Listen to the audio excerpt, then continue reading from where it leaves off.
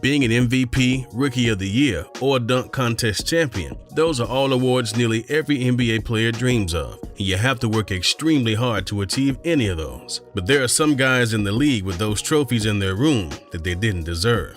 With the NBA Slam Dunk Contest being the most hyped event of the weekend, with viewers flowing in from across the country, many high flyers try to put on a show for the fans, but one familiar contestant was robbed of the award. Orlando Magic forward Aaron Gordon isn't new to dunking, and certainly not new to the dunk contest, as he also claims to be robbed of the same award in 2016. Gordon started the contest and shocked the judges with a 180 reverse through the leg slam, which received all 10s. Then he completed a dunk that cleared all 7'5" of tackle fall in his first attempt. Somehow, the judges still gave Derrick Jones Jr. the win, a decision so questionable it has already spawned its own conspiracy theory. Gordon put on an incredible performance as he did a rock-the-cradle 360 dunk off a feed from Markelle Fultz. He did a reverse under-the-legs 180. He dunked over Chance the Rapper multiple times. Gordon's dunk contest performance will ultimately be remembered for his final attempt, which was a massive slam over fall that the judges shamefully scored a 47, which was 1 point below what Jones scored.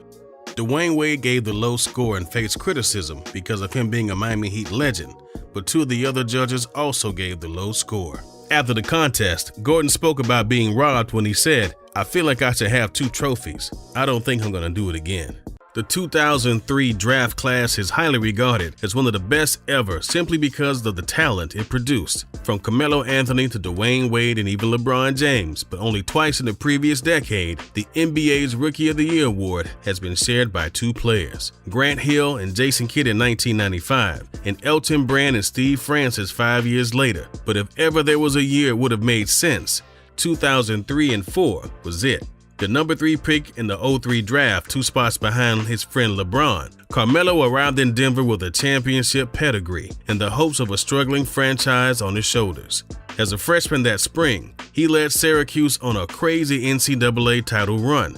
In his NBA debut, he posted a relatively modest 12 points, 7 rebounds, and 3 assists, then scored 18 and 23 in his next 2 games. Denver's 5th game was a road date in Cleveland, one of the most hyped rookie matchups in NBA history. The individual battle was slightly underwhelming, as LeBron had 7 points, 11 rebounds, and 7 assists, while Melo went 14 and 6, but the Nuggets came away with the 4-point win. Back home against the Clippers 3 nights later, Anthony recorded his first career 30-point game. That season alone, Melo topped 39 times, including a season-best 39 points in a February win over the Blazers. That season, for the first and still only time in NBA history, the Conference Rookie of the Month awards went to the same players each month, LeBron in the East and Melo in the West. There wasn't much to separate them, and for the season, Bron averaged 20 points, 5 rebounds, and 6 assists per game. Melo went 21, 6, and 2. Usually the league decides the winner of awards based on personal accomplishments and how well you can help your team succeed. But in LeBron's case, he only had the individual accomplishments while the Cavaliers missed the playoffs.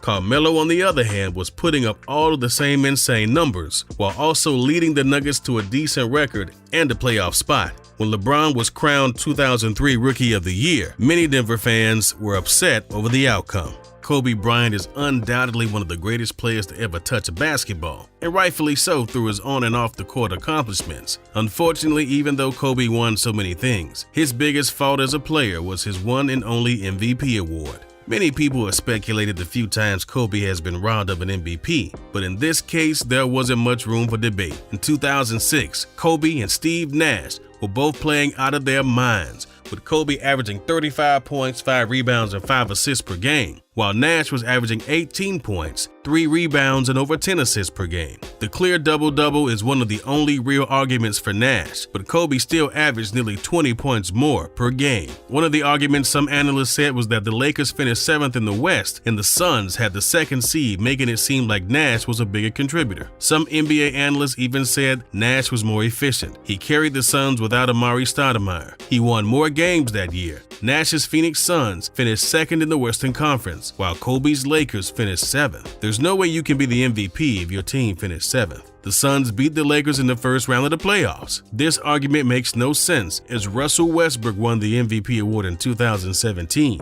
even though his Oklahoma City Thunder finished 6th in the Western Conference, and James Harden, who had an outstanding season, was voted 2nd in the MVP award. Let's take a look at Kobe's teammates that season. His point guard was Smush Parker, and his centers were Kwame Brown and Chris Mim, and I don't blame you if you haven't heard these names before. Long story short, Kobe had little to no help that season, with Lamar Odom being the only legit NBA-level player on the Lakers roster. The Lakers team had no business qualifying for the playoffs that season, but Kobe put the team on his back and put up some unreal numbers to make the playoffs. During Michael Jordan's historic championship run in the 90s, many great things happened that will live on forever, but there were a few instances where Jordan was robbed. In the 1989 season, Jordan played out of his mind, one of the best seasons of his career to be exact, averaging 32 points, 8 rebounds, 8 assists, and 3 steals in just a hair over 40 minutes a game, while shooting 53% from the floor. If that wasn't enough, Jordan finished in the top 5 for Defensive Player of the Year, as well as making the All-NBA First Team and All-NBA Defensive First Team. The trophy went to Magic Johnson, who scored 10 points fewer per game and trailed Jordan in field goal percentage, rebounds, steals, and blocks.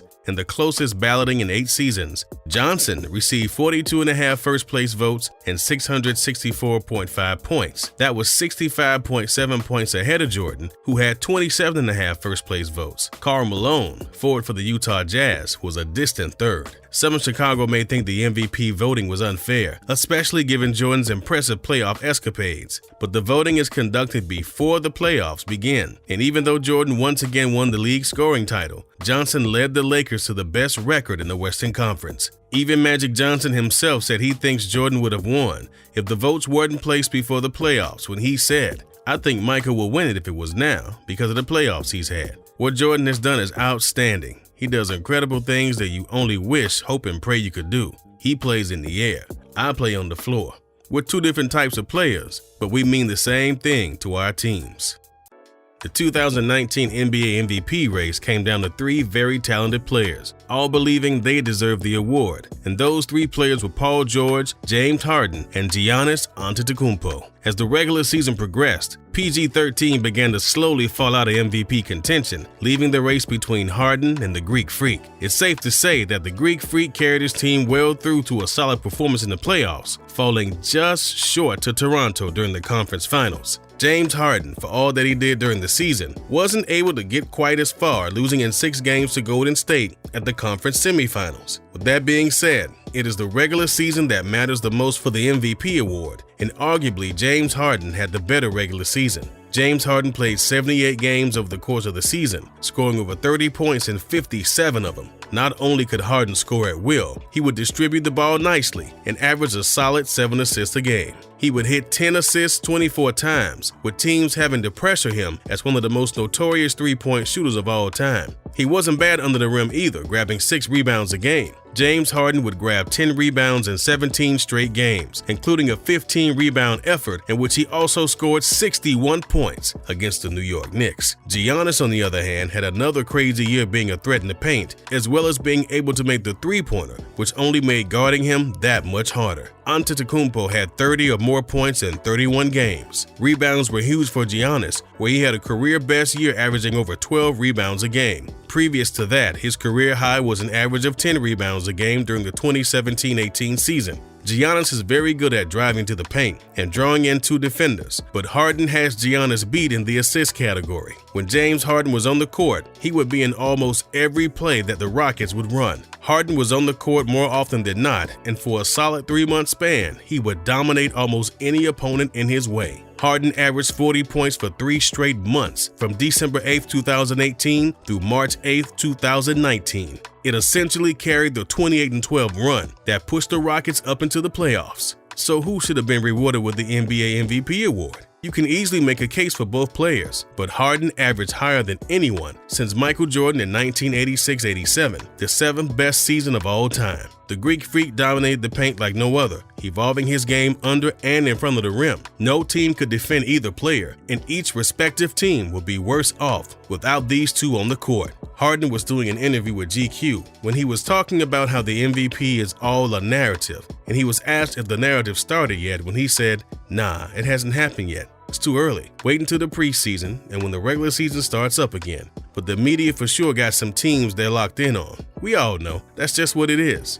You can't tell me a guy whose team was a 14 seed at one point last year and ended up a 4 seed with everything that was going on, so many injuries, and who went on a 32-game 30-point streak, 8 50-point games, 2 60-point games in one season, and all the talk was about Giannis? There's no way, Harden said. Just had to look at what I could do to get better for next year. You can't pout or be mad, and the kid had an unbelievable season. So did his team. But the things I was putting up were legendary. You're gonna look back in 10, 15 years from now and be like, is that really true? Did that really happen? That's some stuff they were doing back when Kareem and all those other guys were playing. But I'm happy. We have a team goal of winning a championship, and I'm ready to get going now. If you've enjoyed this video, then we're sure you'll enjoy the next one. Click on right now and enjoy.